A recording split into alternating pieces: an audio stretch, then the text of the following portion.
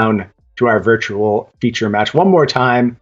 There you see on the lower half of our battlefield, it is Mitch Sachs playing Mardu Winoda, taking on Corey Lerch, another one of our Sultai ramp players. Can Mitch Sachs get one for the good guys here? Move to 6-1 in reach of that top 8 berth. Oh, both of these decks are sweet. All right, Mitch's deck is sweet because I'm pretty sure it's the exact deck that I built and posted on Twitter, so nice. There you go. Corey's deck is sweet because they're playing with Emergent Ultimatum, and that's rad. Oh, big Emergent Ultimatum in this game. Is there a combo they have with Emergent Ultimatum? They have Kiora, Best the Sea God, and Plane-Wide Celebration in their deck? This is how you go big, Corey Lerch. Oh, that's the joke. Okay, I was like, I'm pretty sure there's something here, but I'm too stupid to identify it. So you play Kiora, Best the Sea God, and then you proliferate? Is that the idea? I think you just do whatever you want. Once you have Kiora, Best the Sea God, like, does it really matter? I just think those are like extremely powerful cards that you can use in concert with each other. And if you get them, you'll generally win the game on the spot. All right. I thought there was like some grand plan that I didn't know about, but in the meantime, it looks like a lot of creatures are being played, and Corey is getting kind of beat down. Yeah, Mitch, on the aggressive beatdown plan with the help of Judith. Good to see Judith get some play. I was extremely high on that card and never really quite delivered. Extinction Event from Corey, going to clean up the battlefield a little bit. Still a bit of pressure, and Winoda in hand. Just a little bit of pressure, you say? Yeah, the battlefield looked okay, but kind of a key piece for Mitch. Got a Fervent Champion to add to the mix as well. Couple of Winoda triggers. Can we find the game closers? That Judith's probably pretty good. Yeah, another Winoda. That's it. It doesn't matter. Grab whatever you want. It's your day, Mitch. And Mitch with the quick one there. 5 turns is all it takes to take down game 1 against Corey. So let's talk a little bit more about Emergent Ultimatum. Please correct me if I'm wrong. I'm like 99% sure this is the one where you get 3 mono-colored cards, your opponent takes away 1, and you get the other 2. Is that correct? That's correct. Your options here, I believe what Corey is setting up for, is Liliana Dreadhorde General, Plane-Wide Celebration, Kiora, Best the Sea God. And basically saying, if you give me 2 of those cards, I can't lose. Do what you want. I agree with that. I think that is the idea. Do you agree with the conclusion as well? That's the next question to hear. The reason I agree is because those are the 3 weird cards in the deck. Everything else I expect to see. Right. Well, look, I appreciate the approach of trying to get over the top and do something really big, and you're not giving up the powerful stuff. I mean, there's 3 Nissa, whatever. We'll give a small pass here just because there's something else cool going on, but it's still 4 Hydroid Crisis. You still have that very solid backbone, and instead you've given up a lot of the interaction. There's just no eliminates. There's no Heartless Axe. And obviously, in a matchup against Mardu Winoda, you're going to get pretty hard punished for that. Certainly saw that in game 1. Things are going to get better post-board, though. Ritual of Soot, Eliminate, Heartless Act, all can get in the mix here. Yeah, we saw a similar approach earlier with the more flash-oriented deck that was, game 1, I'm just going to operate my linear game plan, and hopefully it's good enough against, the matchups I want to face. If I play against beatdown decks, I'm just going to board in a ton of cards. Yeah, I really like that setup for this tournament. I think it's wise and very cognizant of what metagame we're presently dealing with. I agree. And, I don't mean to diminish Corey's deck by any means. 5-1 record, doing great. Yeah, absolutely. And notably, four copies of Cultivate to make all this happen. Mm-hmm. Here's my thing about deck building. I think you get such a benefit from having a plan, even if you occasionally mess up that plan.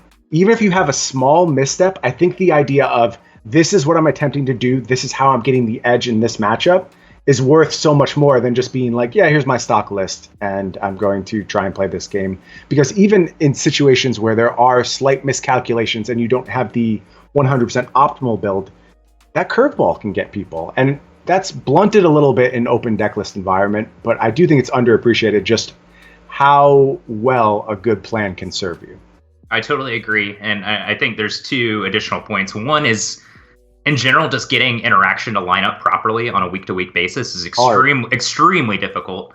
And number two, if you're just copying the stock interaction, that just makes it really exploitable for your opponents. Yeah, I totally agree. I've always been a proponent of taking some risks in deck building, trying something new. A couple of Ember Cleaves off the top for Mitch. Usually only want to draw one of those, but yeah, not the what Mitch wanted to see, but still. Oh, okay. Well, I was going to say curving out okay, but it actually looks like this Tournament Grounds is being a problem as far as resolving this Judith. Yeah, not allowing that to enter the battlefield. I assume we will see a Black Lance Paragon on this end step, so moving things forward, but not the ideal curve out here. Tournament Grounds is a wonky one. You know, a bunch of games you'll play with it and you'll be like, yeah, every mana base should be built around Tournament Grounds. This is perfect. And then you have those moments where you're just like, oh, I lost another one. Yeah, because it's a stupid land. It's true. It's either the best possible or you feel silly. Well, I think the Sacred Foundry is going to clean things up a little bit for Mitch. Judith going to be an option now. Yeah, again, with open deck lists, Mitch is aware of the additional interaction that Corey has access to after board, so I like the play Judith instead of just trying to jam Embercleave and hope it works out. Mm-hmm. I'm right there with you. Get a little bit of, not quite insulation, but a little payback if there is a Ritual of Soot, like there now is. 3 points going to head towards Corey. Drop that life total a little bit. Yeah, Don't love this position, though, if you're in Mitch's seat. Stormfist Crusader will rebuild a little bit, but we're going to need some good draw steps. Yep. I think that was Corey's window. Needed something pretty high impact there to get back in this game, but as it stands, I'm guessing that looking at this deck list, that Corey has some heavy hitters in their hand. You would assume so. I mean, it can't really be anything else once you hit the 5-6 mana phase with this deck. You should be doing something really nice on most turns. Gonna go ahead, crack Fabled Passage. Grab some island. I see that Uro lit up. I'm assuming that means we have appropriate graveyard fodder if we need it. Just gonna cast Cultivate. I think I know what that means for the next turn. I have a feeling big things are about to happen. Guessing Corey has interaction plus 7-drop rolled up. Okay, or just Uro, but that's still enough to buy you a turn. That's all you need. Yep. Mitch going to go ahead and cycle a Triome. Not a hit. Finds Blood Crypt. Stormfist Crusader triggers. Knight of the Ebon Legion. Black Lance Paragon are the draws here. Figure out if we want to get Embercleave on the battlefield now. I think so. Yeah, I think so too. I mean, this isn't a bad turn for Mitch. Deal 6 damage, 7 counting the Stormfist Crusader trigger. Yep. Play Knight of the Ebon Legion, put a counter on the Knight of the Ebon Legion. But it's good. I think Corey's in for a real big turn. Yeah, but again, you know, I want to see an Emergent Ultimatum. I think that's what we're going to see. What does Corey have to offer us? But regardless, 8 mana and what is that, 6 cards in hand? I think we're going to see something big. Yeah, chat's pointing out that if you have Liliana plus Plane-Wide Ultimatum, or Plane-Wide Celebration, you get immediate Liliana Ultimate. Oh, okay. All right. I knew there was a joke somewhere. I just didn't know what it was. It's a pretty good one. And I believe that is your opponent sacrifices down to 1 of each permanent type? Yes. If I remember correctly. It's been a minute since I cast a Liliana Dreadhorde General, which is mind-blowing, because I definitely thought that was the best card in War of the Spark. So times have changed, though. Times have changed. Extinction Event.